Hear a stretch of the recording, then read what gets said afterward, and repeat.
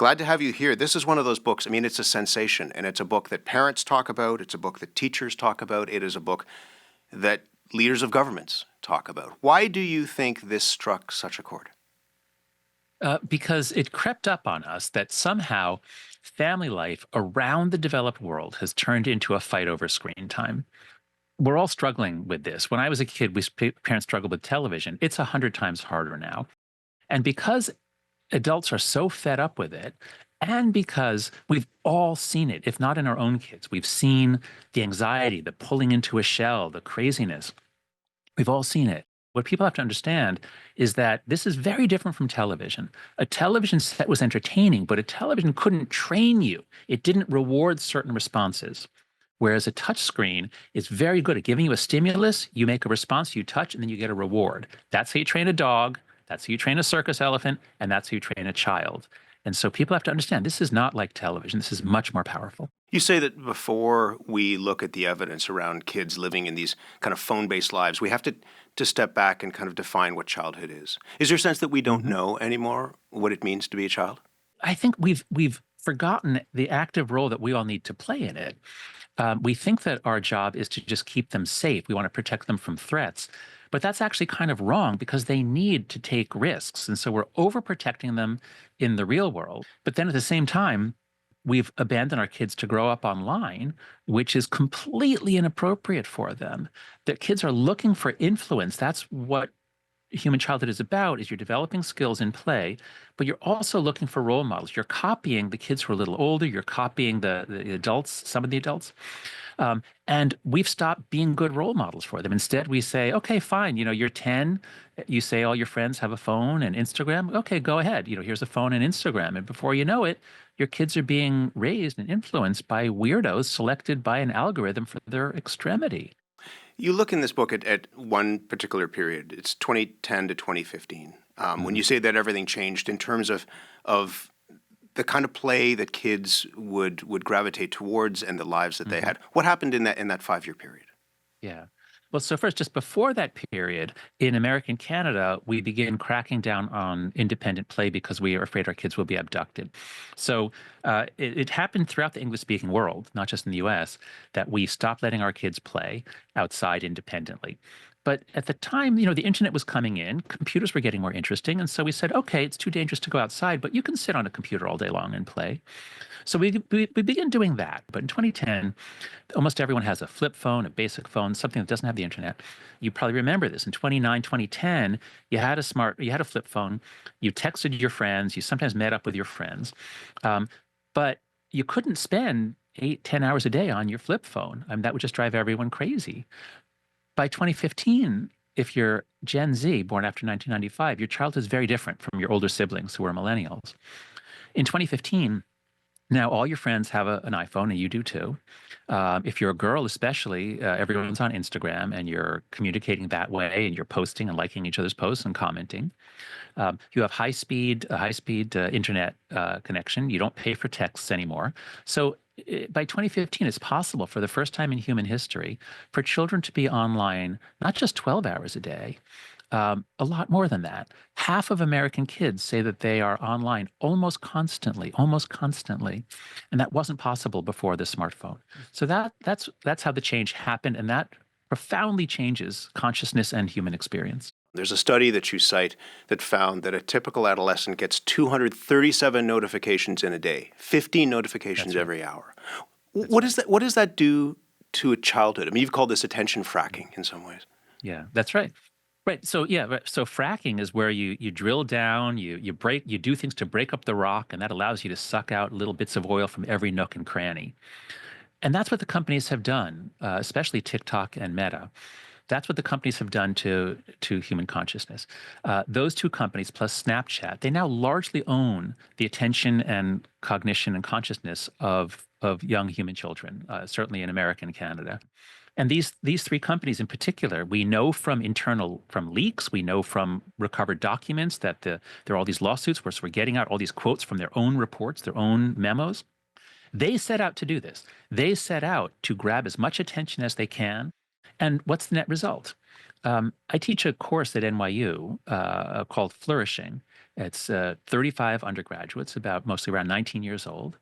And what I find in our discussions, they're really haunting, is that their phones have filled up almost every available nook and cranny of consciousness. So when they open their eyes in the morning, I have them work on their morning routine. What's the first thing you do? And for the great majority, the very first thing they do is they reach for their phone and they check their notifications and messages. And what's the last thing they do before they go to bed? It's the same thing. The very last thing is to check their texts, notifications, direct messages. And what do they do in between? It's largely that. If they're waiting for an elevator, the phone comes out. If they're sitting on the toilet, the phone comes out. If they're sitting at lunch with friends and there's a moment of quiet, the phone comes out. They see this happening. They lament it, but they feel powerless to stop because everyone else is doing the same thing and they don't want to be left out. What have you heard from what that does, that fracking of attention in a classroom? And you'd see this in your own classrooms as well. I mean, it's always been hard for teachers to get students' attention, but if they're interesting, if they make it engaging, then they can. A good teacher is able to do that. Well, what good teachers have been discovering since the early 2010s is that nothing they do is as interesting as what's going on the phone. The phone is carefully designed with a customized feed just for you, whereas the teacher has to teach to 20 or 30 students at a time. She can't customize it to keep. So once students have a phone, that's going to be more interesting than almost everything else going on in their world. And it's just complete madness that we've allowed children to take their smartphones into school with them. And so one of the most revolutionary things that's happened this year, 2024, is schools around the world are going phone free. And that means not this stupid policy of you can't use it during class, you can only think about it and wait until class ends, and then you can grab your phone and be on your phone in between classes. No, that's a terrible policy. It means you check your phone when you come in, you put it in a yonder pouch or a phone locker or just a simple envelope at the front of homeroom, and you get it back at the end of the day. That's the only policy that works, and it's miraculous. I can tell you, I was just in Arkansas, where hundreds and hundreds of schools are doing this, and over, not just from the teachers, but from the kids. The kids themselves say they were a little afraid of it at first, but a week or two into it, they love it because they say it's just a lot more fun when you're actually talking to other kids. You mentioned the leaks from Instagram and other places. Meta, I mean, those documents came out showing the impact of social media, in particular on young girls. We talk a lot about that when it comes to body image and self-esteem. In the book, you write about boys as well. How has social media affected boys differently than girls? So for girls, the story focuses on social media and what it has done to them, the endless social comparisons, the perfectionism, the sexual comments and sexual harassment. The boys' story is focused on checking out of the real world into an exciting world online where you get to do the two things that are of greatest interest to teenage boys, which are war and sex. But now war and sex are effortless and they're amazing. I mean, the porn available to boys today is so powerful and so erotic compared to Playboy or whatever we had in the old days. And the war is so amazing and graphic and fun and exciting. But they're not actually developing any skills doing this. In fact, it renders them less able, I would say, to actually have a relationship with a girl and maybe someday, even get married. It renders them less able to work with people, to manage their lives in the real world, to manage risk. So boys are really checking out. They're not as likely now to go to college. They're not as likely to move out of their parents' home. So what we're doing with boys is we're just losing vast quantities of male potential. It's a huge destruction of male talent, opportunity, and potential. It's really tragic. And I used to think that it was girls who were more affected by the whole thing because at the age of 14, it's clear the girls are doing worse. But Gen Z is now 28. The oldest are 28. And it's really the boys that are doing worse because so many of them have just failed to turn into men. I mean, as parents, we can feel that this is happening, and we can have a sense that this is going on. But feelings, as you know, aren't facts. And the critics that have come after you have said that you're cherry-picking evidence, that you've missed, for example, the pandemic in terms of its influence on the mental health of young people. How do you respond to that? That people say, we don't actually know enough yet, that this sounds really compelling and we can feel that, but we actually don't have the evidence to show that this is actually causing this. Well, first, so part of the dispute here is that when you're reviewing for a scientific journal, the standard is you have to be nearly certain. It's not just, hey, it looks like this experiment probably caused this. No, we say p less than 0.05. You have to be 95% confident that this is what caused it. With a public health emergency, we don't do that. We don't say, well, we're not going to do anything until we're certain of what caused it. So let's look at where we are. We have a public health emergency. It broke out in 2012 in multiple countries, many countries around the world. There is no other explanation. There's no other theory on the table. That's what you for think why this is. You happened. think this is a public health emergency? Oh, yes. When you have the depression rate going up 50 to 100%, you have the suicide rate is up 50%, in the US at least. Education has been declining in America since 2012, not since COVID. So we have an enormous destruction of mental health, happiness, and education. This counts to me as one of the biggest public health emergencies we've ever had. Secondly, there are many kinds of evidence. The people who know the most about what's happening are the companies themselves. They're the only ones who have the data. And we know from all the leaks and memos that have been obtained, they know what they're doing. They see the mental health problems they're causing. So that's evidence. The perpetrators actually admit to what they're doing. That's evidence. The people who know the next most about this are the kids. And the kids see what's happening. The kids are not in denial. Gen Z is not in denial. They know that this is messing them up, and the parents all see it. See if you can find me parents who say, oh, my kid was shy and withdrawn, and then we gave her a phone and Instagram, and she really came out of her shell. I have not heard that story. You hear the reverse story over and over again. So the parents, that's evidence, surveys of parents. It's their top worry. And now finally we get to the scientific evidence, the evidence published in journals, which is largely based on a single item. How many hours a day do you spend on digital media or on screens? Sometimes it'll be focused on social media. You get a number from 1 to 5, and then you correlate that with mental health. And guess what? You do actually find a correlation. So as far as I'm concerned, there are many forms of evidence. I'll grant that if you look only at the research published in journals about time spent online, when you look at those experiments, it is ambiguous.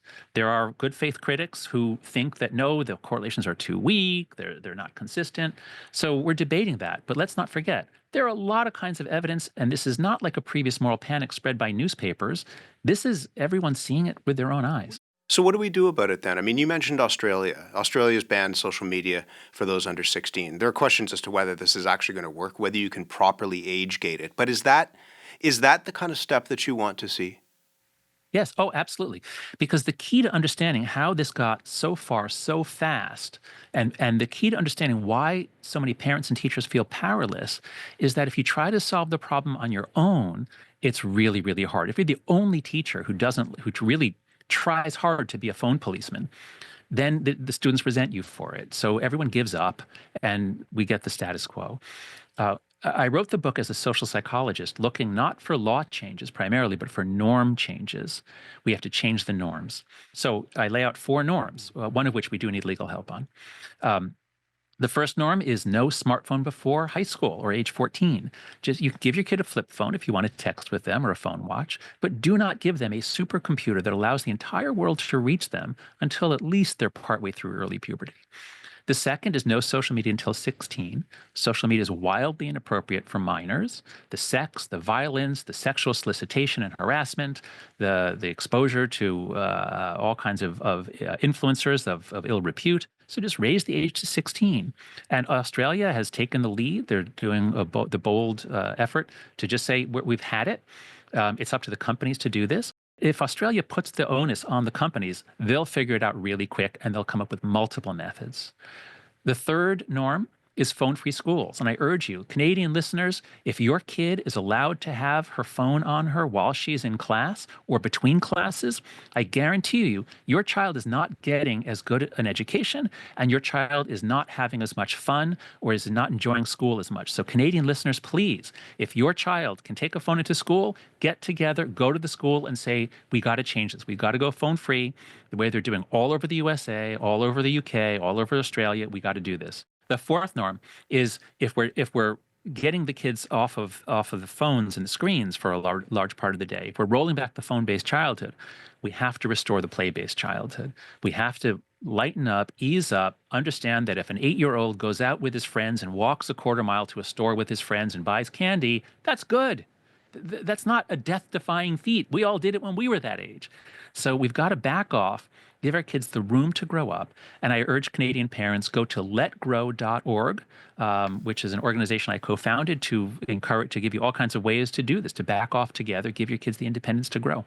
Just two final things. One is it possible? I mean, is the horse not already long gone? The barn is way behind us, and this technology is out, and there's nothing we can do about it.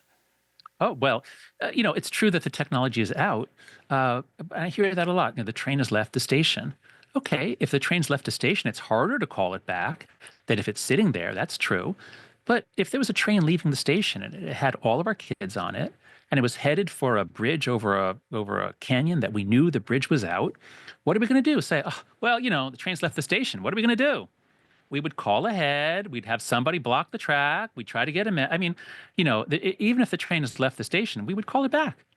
I've been on airplane flights that were called back when they discovered a problem with you're out on the runway, you're about to take off. Oh, we got to go back. So the phone-based childhood is only 12 years old. It started right around 2012. It is not a permanent feature of society. We can choose, and that's what Australia has done. America's done nothing. We'll see. We have the Kids Online Safety Act is being considered. It's probably going to die. So America's done nothing. We might never do anything. So the rest of the world has to act because we created the monster and we can't tame it. It's hard. It is hard. It is hard, but it's a lot easier if we act together, and that's the key thing. So if listeners will go to anxiousgeneration.com, we have all kinds of ideas, ways that you can coordinate with other parents, coordinate by school, and push your legislators to do something to protect children from this, because America is not going to do anything. Jonathan Haidt, I'm really glad to have the chance to talk to you. This is it's an issue of our time, and the book speaks to that. Thank you very much. My pleasure, Matt. Thanks so much for the conversation.